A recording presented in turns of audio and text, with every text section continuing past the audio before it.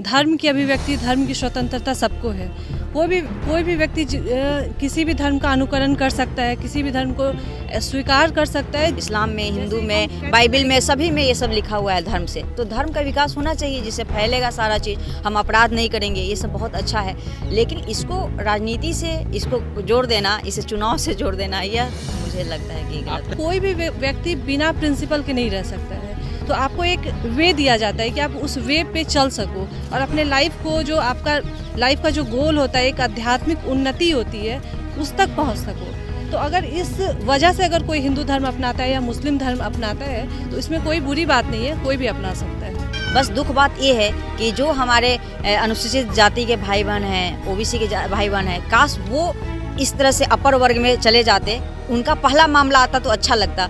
आज मायावती सीएम बनी है तो क्या अच्छे ब्राह्मण जाके उनके पैरों के सामने नहीं झुकते हैं? तो लोग बौद्धिकता के आगे झुकते हैं, जाति के आगे नहीं झुकते। नमस्कार, नेशनल दस्तक में आपका स्वागत है। मैं हूं पंकज मल्लिक। लगातार बिहार की राजनीति में उबाल आई हुई है। उबाल आने का कारण क्या है? क्योंकि वसीम रिजवी नहीं रहे हैं, जितेंद्र नारायण सिंह त्यागी हो गए हैं। उनका कहना था जब बंगाल चुनाव चल रहा था तो उनका एक मामला आया था कि जब वो सुप्रीम कोर्ट में याचिका दायर किए थे कि कुरान में 26 आयतें ऐसे हैं जो मुस्लिम को आतंकवाद बनाते हैं और नफरत की राजनीति यानी कि नफरत के रास्ते पर ले जाते हैं। इस पर हम बात करेंगे। हमारे साथ में स्मिता और आकांक्षा जो कि सोशल एक्टिविस्ट हैं, हम बात करेंगे। आकांक्षा, वसीम रिजवी के इस बयान पे आप क्या कुछ कहना चाहेंगे? इसमें किसी भी धर्म के लिए ये बोल देना कि ये खराब है, अच्छा है, बदल दीजिए, तो इसमें फिर सभी धर्मों का अपना अपना सारा चीज़ है और कोई बदलना है नहीं बदलना है, इसके लिए कोर्ट डिसाइड करेगी कि हाँ इसमें अच्छाई है कि नहीं है। और इस तरह से, और कोई भी धर्म इतना साल से है, मतलब इस्लाम का वो 570 ईस्वी में इसका स्थापना हुआ है और तब अभी है, तो मतलब कम से कम 1500 ईस्वी हो गया। तो 1500 साल से अगर कमी है नहीं है तो ये सुधार होते आया है इसमें। जैसे कि मेरा कहना ये है कि वसीम रिजवी जो याचिका दायर किए तो वो तो कोर्ट ने नेगलेक्ट कर दिया।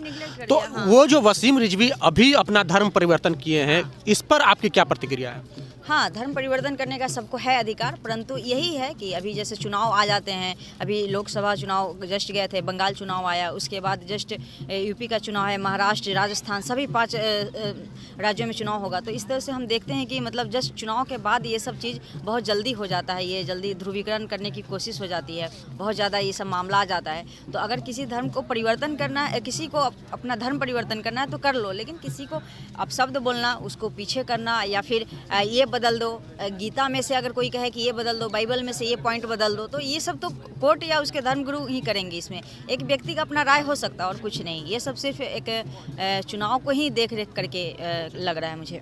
अस्मिता जी, आप ये बताइए कि किसी धर्म को गाली दे करके और हिंदू धर्म में अपनाया गया हुआ व्यक्ति और कुछ तथाकथित हिंदू धर्म, जो कि हिंदू धर्म माना जाता है कि वसुदैव कुटुंबकम ये भी कहा गया है, और तो किसी धर्म को ये जो अपनाया गया है त्यागी जी को, इसका क्या कारण हो सकता है? इसको अपनाने क्या कारण हो सकता है? देखिए, सबसे पहली बात है कि हमारे भारत के संविधान में अनुच्छेद 26 से 28 तक में धर्म की अभिव्यक्ति, धर्म की स्वतंत्रता सबको है।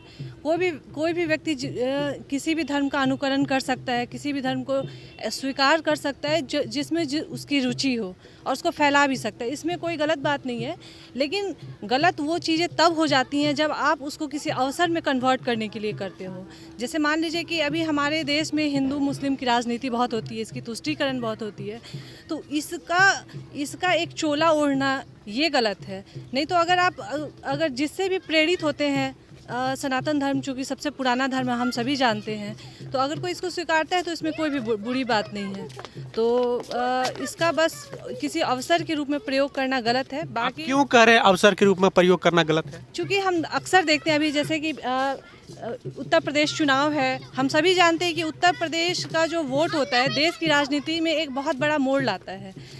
तो उसके बाद 5 और मतलब इसके अलावा 4 और विधानसभा चुनाव होने वाले हैं। तो इस प्रकार से हमेशा चुनाव के समय में गाय की राजनीति करना, हिंदू मुस्लिम की राजनीति करना, ये सब चीज़ें गलत है। तुष्टीकरण करना, कुछ भी करना कहीं भी ये गलत है। या राहुल गांधी मंदिर जाना, या कोई भी विपक्ष का किसी भी पार्टी का आप देखिए तो कुछ ना कुछ ये सब चुनाव से प्रेरित ही होते हैं। क्या तो लगता चुनाव से है प्रेरित हम ना होकर इसको आत्मा से प्रेरित होना चाहिए कि अगर किसी को पसंद है कोई तो आराम से चुपचाप होकर कर लीजिए। इसमें मतलब चुनाव से प्रेरित ज़्यादा दिखने लगता है। अच्छा, ये बताइए कि हमारे देश में देश के विकास के लिए धर्म की क्या आवश्यकता है? देखिए, देश के विकास में बहुत सारा विकास होता है। आर्थिक विकास, राजनीतिक विकास, सामाजिक विकास, आत्मीय विकास, सभी का शिक्षा के रूप में विकास, सभी का विकास है। तो उसमें धार्मिक विकास से हम लीगल इलीगल जितने भी नैतिक चीज़ें हैं वो हम सीखते हैं। तो धार्मिक विकास होना चाहिए। इससे हमें चोरी करना, पाप करना, ये सब हमें मतलब मना करता है। इस्लाम में, हिंदू में, बाइबल में, सभी में ये सब लिखा हुआ है धर्म से। तो धर्म का विकास होना चाहिए जिससे फैलेगा सारा चीज़, हम अपराध नहीं करेंगे, ये सब बहुत अच्छा है। लेकिन इसको राजनीति से इसको जोड़ देना, इसे चुनाव से जोड़ देना, यह मुझे लगता है कि आप गलत क्या है। कह रही थी इसमें? मैं यही कहना चाहती थी कि जो धार्मिक विकास की जो आकांक्षा जी ने बात की, तो धार्मिक विकास हमारा एक अमूर्त जो संपत्ति होती है उसी में हमारा जो है ये इंटेलेक्चुअल एक प्रॉपर्टी के रूप में है।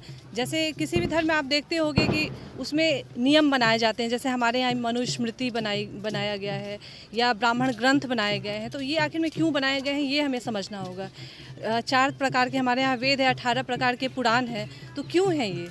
हमें एक सिद्धांत देने के लिए, एक प्रिंसिपल देने के लिए, क्योंकि कोई भी व्यक्ति बिना प्रिंसिपल के नहीं रह सकता है। तो आपको एक वे दिया जाता है कि आप उस वे पे चल सको और अपने लाइफ को, जो आपका लाइफ का जो गोल होता है, एक आध्यात्मिक उन्नति होती है, उस तक पहुंच सको। तो अगर इस वजह से अगर कोई हिंदू धर्म अपनाता है या मुस्लिम धर्म अपनाता है तो इसमें कोई बुरी बात नहीं है, कोई भी अपना सकता है। आपने मनुस्मृति का जिक्र किया। मनुस्मृति काफ़ी विवादित में रहे हैं। बाबा साहेब डॉक्टर अम्बेडकर उनका एक प्रकार से जलाए वो। हाँ। तो देखिए, मनुस्मृति विकास के क्रम का एक चरण है, ठीक है। मनुस्मृति ही सब कुछ अटल सत्य नहीं है, मैं ये नहीं बोल रही हूँ। एक विकास का एक चरण है वो, ठीक है। जब हमारे देश में आक्रमण हुए तब की क्या स्थिति थी, उस परिस्थिति वस्तु से बनाया गया था। और उस समय के, जैसे आज की डेट में अगर कोई बोले कि सती प्रथा क्या सही है या गलत है, तो आप बिल्कुल बोलेंगे गलत है। लेकिन जिस परिप्रेक्ष्य में वो बनाया गया था, जिस परिस्थिति में सती प्रथा को बनाया गया था, उस परिप्रेक्ष्य में सती प्रथा बिल्कुल ही जायज़ था और सही था। किस परिप्रेक्ष्य में बनाया गया, जरा हमें भी अवगत कराइए। हाँ, बिल्कुल। जैसे सती प्रथा की अगर हम बात करें तो उस समय हमारे देश में बहुत आक्रमण होते थे और आक्रमण के समय में हम पहले से स्त्रियों को ज़्यादा सशक्त नहीं बनाते थे। पहले स्त्रियों को हम घर के काम या फिर मतलब कहा जाता था सॉफ्ट वर्क महिलाओं के लिए, हार्ड वर्क पुरुषों के लिए। कुछ इसके अपवाद भी हुए हैं। ऐसा मैं नहीं कहूँगी कि 100% लड़कियाँ सिर्फ सॉफ्ट वर्क में ही रही हैं, हार्ड वर्क में नहीं रही हुई हैं। तो चूँकि मैं ज़्यादातर एक मास वुमेन की बात करूँगी मैं, तो मास वुमेन सॉफ्ट वर्क में रहती थी। और मान लीजिए कोई राजा की डेथ हो गई किसी वॉर में, तो उसकी सारी जो महिला प्रजा होती थी वो सॉफ्ट थी, उन्हें हथियार चलाना नहीं आता था। अब वो अपनी इज्जत को कैसे बचाएं? तो उनको अपनी इज्जत को बचाने के लिए सती प्रथा को एक्सेप्ट करना पड़ता था। बस इसलिए उन्हें इसलिए जौहर प्रथा थी या सती प्रथा, तो इसलिए उस परिप्रेक्ष्य में वो सही था। लेकिन आज के दृष्टिकोण से सही नहीं था और हमने उसे बदला भी। मैं इस पे नहीं जाना चाहूँगा, ये बहुत क्रिटिकल मामला है, बहुत लंबा हो जाएगा। मेरा सवाल ये है कि वसीम रिजवी जब इस्लाम धर्म त्यागते हैं तो उन्हें ब्राह्मण बनाया जाता है, त्यागी। क्या कोई दलित हमारे देश में ब्राह्मण बन सकता है? नहीं, ये तो है कि 2500 सालों से या 3000 सालों से, मतलब ऐसा 3000 सालों से ये प्रथा वर्ण व्यवस्था बनी हुई है जिसमें कि जिसमें जन्म ले लिया, जन्म से ही जाति का निर्धारण होता था, कर्म से नहीं। और यहाँ तो जन्म से, ऐसा अगर बात है वसीम रिजवी में, तो कहाँ से जाति का निर्धारण हो गया? तो हो सके हिंदू अपना परिवर्तन करना चाह रहा है या क्रांति लाना चाह रहा है, ये अलग बात है। लेकिन आज तक तो नहीं हुआ। बस दुख बात ये है कि जो हमारे अनुसूचित जाति के भाई बहन हैं, ओबीसी के भाई बहन हैं, काश वो इस तरह से अपर वर्ग में चले जाते, उनका पहला मामला आता तो अच्छा लगता। लेकिन मतलब आप दूसरे धर्म में पहले ला दिए हैं और अपने को एकदम नीचे रखे हुए यानी थे। कहीं ना कहीं ये राजनीतिक एजेंडा है। हाँ, राजनीतिक दिख रहा है इसमें। कभी आप ये परिवर्तन नहीं दिखे कि कभी भी मतलब बड़े बड़े मंदिरों में एससी को आप पुजारी बना दे, या इस तरह से ऐसा नहीं आता है खबर। बड़े बड़े मंदिरों में मतलब जो हमारे जितना भी पीठ है, शक्तिपीठ है या ज्योतिर्लिंग है, वो सब में नहीं होता। छोटे छोटे जीरो है अभी मंदिरों में तो। जीरो है। और कोई कोई ऐसा है अपवाद, जैसे हमारा हनुमान मंदिर पटना का, तो उसमें एक दो लोग हैं, तो वो तो परिवर्तन है। आईपीएस रहे हैं कुणाल किशोर, तो वो परिवर्तन करके एक दो को ला रहे हैं एससी को। और या राम मंदिर न्याय ट्रस्ट है, तो वो अपना एक दो कर रहे हैं। लेकिन ऐसे बहुत सारे मंदिरों में ऐसा नहीं है, तो इसमें परिवर्तन कभी नहीं दिखा कि यहाँ पर लाएं। लेकिन अचानक दूसरे धर्म के, जैसे कि कोई ईसाई आ जाए जो किसी और अवस्था में वो पोप था और हिंदू परिवर्तन करके ये बन गया, पंडित बन गया। तो ये बहुत मतलब आप ये देख रहे हैं कि हाँ वो बड़ा सा था, सिया बोर्ड के अध्यक्ष थे, इसलिए ये पद देना चाहिए। ये पद आराम से दे दिया गया, इसमें जाति का नहीं देखा गया कि मतलब जन्म से जाति वाला बात ही विलुप्त हो गया। बल्कि 3000-4000 साल से इसका शोषण होते रहा। मतलब ये एकलव्य हो या जितना भी हो, कर्ण हो, इस तरह का कितना ज़्यादा शोषण महाभारत रामायण सभी में ये जाति का शोषण दिखा है। और अचानक ये परिवर्तन हो गया बस चुनाव के समय। तो ये लग रहा है कि मतलब कैसा ऐसे परिवर्तन हो गया। अगर अस्मिता आपको एक धर्म गुरु बना दिया जाए, हिंदू धर्म के गुरु, वसीम रिजवी जो हैं इस्लाम धर्म को पूरा गाली दे करके आए हैं, पूरा उनके खिलाफ टिप्पणी करके आए, तो आप किस स्थिति में, क्या आप उसे हिंदू धर्म को स्वीकार कर लेंगे? नहीं, देखिए, जहाँ तक आपने कहा कि वसीम रिजवी किस जो हमारे यहाँ 4 कैटेगरीज बनाई गई है, जनरल, ओबीसी, एससी, एसटी, किस में उसको डालना है, ये एक अलग मुद्दा है। और वो एक गाली देकर इसमें अगर कन्वर्ट होते हैं तो ये एक अलग मुद्दा है। क्योंकि ब्राह्मण हम उसे ही बनाते हैं जो बौद्धिक रूप से विकसित हो। लेकिन अगर कोई बौद्धिक रूप से विकसित नहीं है तो उसको हिंदू धर्म के किसी भी कैटेगरीज में सम्मिलित नहीं किया जा सकता है।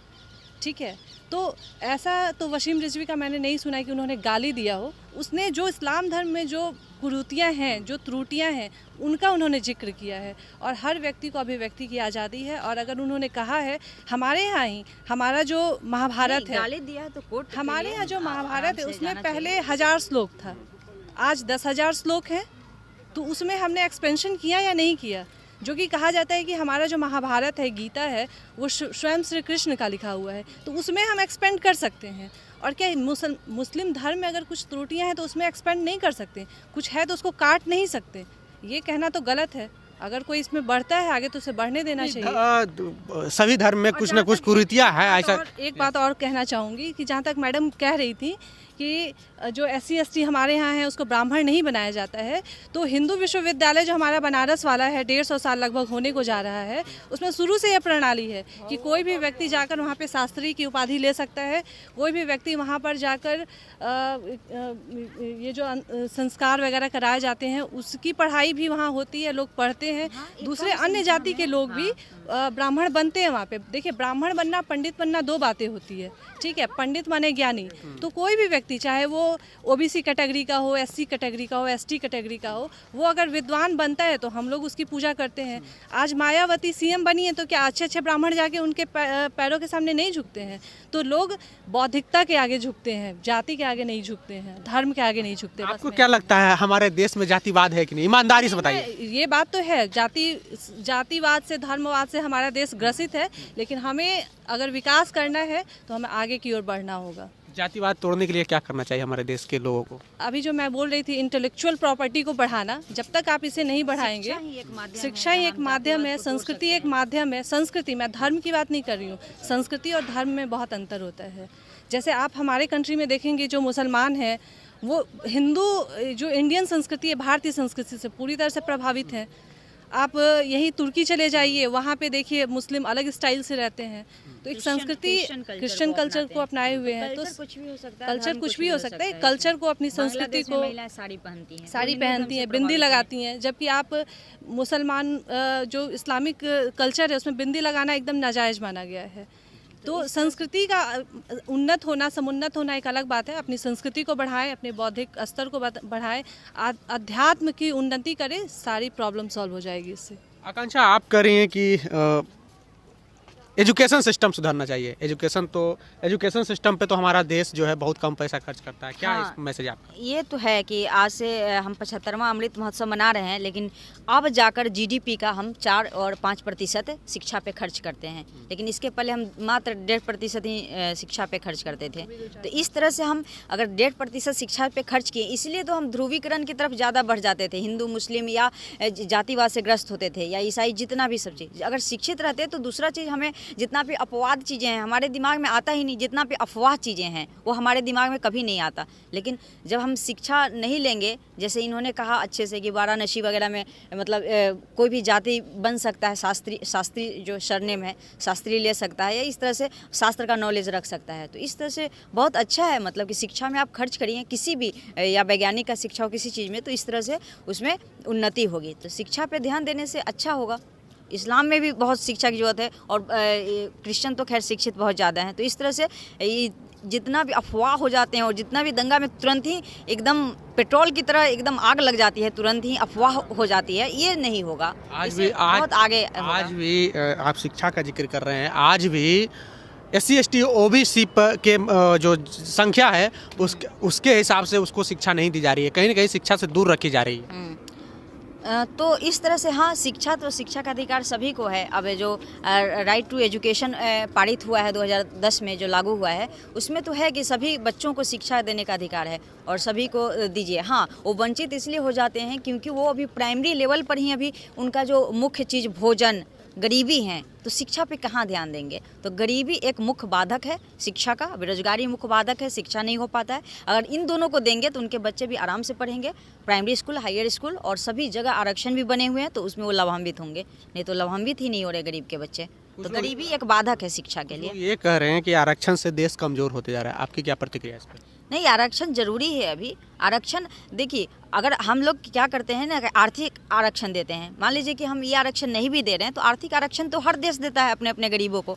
तो आर्थिक आरक्षण देने से कोई प्रॉब्लम नहीं। योजनाओं में इतना पैसा देंगे तो क्या उनके धनी नहीं होगी, धनी हो जाएंगे गरीब। तो गरीब आर्थिक आरक्षण कौन कौन से देश देते हैं, जरा हमको 5 देशों का नाम बताइए। नहीं, आर्थिक आरक्षण का मतलब हो गया कि अमेरिका जो है ओबामा केयर लाया, तो उसमें आर्थिक ही आरक्षण दे रहा है ना, कि गरीब जो है उसको धनी कम पैसा में ओबामा केयर हो जाएगा, या उसको मतलब उसका स्वास्थ्य फैसिलिटी मिल जाएगी। तो गरीब को वो मतलब जाति नहीं देखा वहाँ पर सिर्फ वो गरीब देखा, कैटेगरी देखा, आय का कैटेगरी देखा। तो यहाँ भी योजनाएं जो बनती है भारत में, वो आय का कैटेगरी देखा जाता है। तो आखिर आरक्षण देकर जो नौकरी करता है वो किस लिए होता है, कि शिक्षा, उसको पैसा मिल जाए। तो इससे भी तो पैसा मिल सकता है, योजना से भी पैसा मिल सकता है, लेकिन ये भी आरक्षण का ही पार्ट है। लेकिन लोग उसको आरक्षण नहीं नाम दे रहे हैं। सब तो आरक्षण ही है कि उनको अलग से पैसा दे रहे हैं, आरक्षित कर रहे हैं, उसको रिजर्व कर रहे हैं, उसको कैटेगराइज कर रहे हैं, उसको कोटा दे रहे हैं। स्मिता, हमारे बिहार में जातिगत जनगणना पे बहुत राजनीति हुई और मुद्दा गरमाया भी। आपको क्या लगता है जातिगत जनगणना क्यों कराना चाहिए, अगर मुख्यमंत्री करवा रहे हैं तो? देखिए, जातिगत जनगणना जो है स्पेशली हमारे बिहार के लिए तो बहुत ही आवश्यक है। जैसे आप यहाँ गंगा घाट के किनारे भी आए हुए हैं, तो आप देखेंगे यहाँ पे जो कुछ वर्ग हैं, जैसे OBC को भी बिहार सरकार ने, नीतीश कुमार ने EBC और BC कैटेगरीज में बांटा। तो इसके पीछे यही रीज़न था कि OBC में भी कुछ वर्ग ही जो हैं, जैसे कि मैं जिक्र करना चाहूँगी, यादव हो गए, कुर्मी हो गए, बनिया हो गए, या सुनार वगैरह की जो कैटेगरी, ये काफ़ी उन्नत हो चुके हैं। लेकिन इसके अलावा जो कैटेगरीज है, जैसे मछुआरा ग्रुप हो गया या नौका चलाने वाले हो गए, तो इस तरह के कुछ लोग हैं जिनका विकास आज भी नहीं हो पाया है। बहुत ज़रूरी है। मतलब अंग्रेज के समय के जो पद्धति है वही पद्धति रहेगी क्या? अब आज़ाद हो गए हैं तो आप अपना नया पद्धति अपनाइए। तो वही पद्धति जो मेयो ने किया था, जनरल वाला, वही आप कर रहे हैं। अस्मिता, भारत सरकार कह रही है कि OBC के विकास के लिए हमने बहुत सारे पॉलिसी लाए, बहुत पैसे खर्च कर रहे हैं, तो जातिगत जनगणना क्यों जरूरी है? देखिए, आपने बिल्कुल सही कहा कि केंद्र सरकार हो या राज्य सरकार हो, सरकारों ने भरपूर प्रयास किया कि सभी कैटेगरीज में आरक्षण देकर ही उनका विकास किया जाए, और काफ़ी हद तक विकास हुआ भी है। 1991 में मंडल आयोग आया और उस समय से OBC को आरक्षण मिलना शुरू हुआ, और SC ST को तो जब से हमारा देश आज़ाद हुआ तब से आरक्षण मिल रहा है। कुछ कैटेगरीज बहुत विकसित भी हुए, जैसे मैं नाम किसी का नहीं लेना चाहूँगी, लेकिन आप देखिए पासवान ग्रुप हो गया या और भी ग्रुप हैं, तो ये लोग काफ़ी विकसित किए हैं। लेकिन कुछ जातियाँ अभी भी हाशिए पे हैं, इस बात को स्वीकारना होगा। हमारा जो बिहार है सिर्फ 11% शहरी क्षेत्र है, बाकी लोग आज भी ग्रामीण क्षेत्रों में रह रहे हैं। तो उनका विकास कब होगा? जब तक हमारे पास जातिगत आंकड़ा नहीं आएगा तब तक ऑथेंटिक, अभी आपने ऑथेंटिक की बात की, तो जब तक हमारे पास ऑथेंटिक आंकड़े नहीं आएंगे तब तक हम किस मुद्दे पे बात करेंगे? पॉलिसी कैसे पॉलिसी बनाएंगे? जो छूट गए हैं लोग उनको ऐड कैसे करेंगे? तो क्योंकि जिनका विकास हो गया उनको आउट करना होगा, जिनका बाकी है उनको इन करना होगा, तो इसके लिए जातिगत गणना बहुत आवश्यक है। छान छान के जो क्रीमिलियर है, क्रीम बनाइए, जो आप आगे भेजिए, सबका क्रीम बनाइए, एससी में क्रीम बनाइए, ओबीसी में क्रीम बनाइए और जनरल में भी क्रीम बनाइए। तो जनरल में जो क्रीम बन गया और जो क्रीम छूट गया, जो क्रीम नहीं रहा, वो EWS कहलाया। तो क्रीम जो हो गया उसको हटाइए, जो क्रीम नहीं रह गया, जो बाकी बिना क्रीम के हैं उनको आरक्षण में लाइए। सभी को जनगणना करिए कि कितना संख्या में है, तभी तो हर करिएगा, हर योजना को लागू करिएगा। नीति आयोग को ये सब करना चाहिए, लेकिन नीति आयोग नहीं कर रही है ये सब चीज़ें। नीति आयोग को ये करना चाहिए था, क्योंकि केंद्र पर वही योजना का निर्माण कर रही है। तो इस तरह तो मैं आपको दूसरे पार्ट में मिलूंगा आकांक्षा और स्मिता के साथ, क्योंकि ये दोनों बहुत ही इंटेलेक्चुअल हैं और चीज़ों को बहुत गहराई से समझते हैं, हर मुद्दे पे अपनी बेबाकी से राय रखते हैं और आंकड़ों के साथ राय रखते हैं और किसी भी राजनीतिक पार्टी का समर्थन नहीं करते हैं और ना ही किसी का बुराई करते हैं। बहरहाल मैं आपके पास आऊँगा दूसरे वीडियो में, जो दूसरा पार्ट होगा उसमें मैं आपको और भी कई मुद्दों पे चर्चा करूँगा आकांक्षा और स्मिता के साथ। बहरहाल आपको हमारा ये रिपोर्ट कैसा लगा, आप हमें कमेंट बॉक्स में अपनी प्रतिक्रिया जरूर दें। अगर आप यूट्यूब चैनल पर देख रहे हैं तो चैनल को सब्सक्राइब कर लें, फेसबुक पेज पर देख रहे हैं तो पेज को लाइक कर दें। मिलते हैं अगले वीडियो में, धन्यवाद। नेशनल दस्तक की आपसे गुजारिश है कि अगर इसको बचाना चाहते हैं तो नेशनल दस्तक को सब्सक्राइब करने के लिए रेड कलर के सब्सक्राइब बटन को दबाएं, फिर बेल आइकन की घंटी दबाएं। नेशनल दस्तक को बचाने के लिए बहुत ज़रूरी है कि हर खबर को शेयर करें, लाइक करें, कमेंट जरूर करें।